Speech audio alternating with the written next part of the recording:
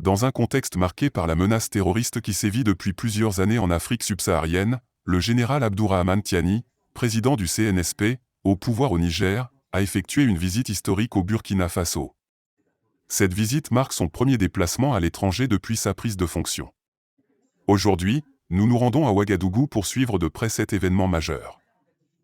Le général Tiani a entamé sa visite en rencontrant le capitaine Ibrahim Traoré, président burkinabé de transition. Cette rencontre a été l'occasion pour les deux dirigeants de réaffirmer leur engagement commun à unir leurs forces pour combattre le fléau du terrorisme qui sévit dans la sous-région. Un communiqué conjoint a été publié, dans lequel les deux délégations se sont félicitées de la création de l'Alliance des États du Sahel, AES, regroupant le Niger, le Mali et le Burkina Faso. L'Alliance des États du Sahel, créée en réponse à la menace terroriste grandissante, vise à renforcer la coopération régionale en matière de sécurité et à coordonner les efforts de lutte contre le terrorisme. Cette initiative témoigne de la détermination des pays de la région à agir ensemble pour contrer cette menace croissante. Au cours de cette visite, la coopération bilatérale entre le Niger et le Burkina Faso a également été abordée. Les deux pays ont évoqué la possibilité de renforcer leur collaboration dans le domaine des hydrocarbures.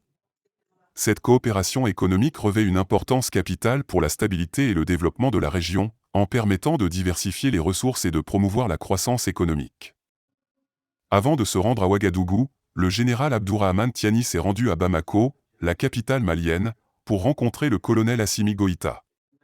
Cette rencontre a permis aux deux dirigeants de discuter des défis communs auxquels leurs pays respectifs sont confrontés en matière de sécurité et de terrorisme. Elle témoigne de la volonté des dirigeants de la région de coopérer et de partager leurs expériences pour trouver des solutions efficaces. La menace terroriste en Afrique subsaharienne ne peut être ignorée. Elle a des conséquences dévastatrices sur la population et entrave le développement économique et social de la région. C'est pourquoi il est essentiel que les pays de la région unissent leurs forces et coordonnent leurs actions pour lutter efficacement contre ce fléau.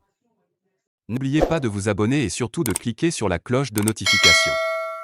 Likez la vidéo si ce n'est pas déjà fait.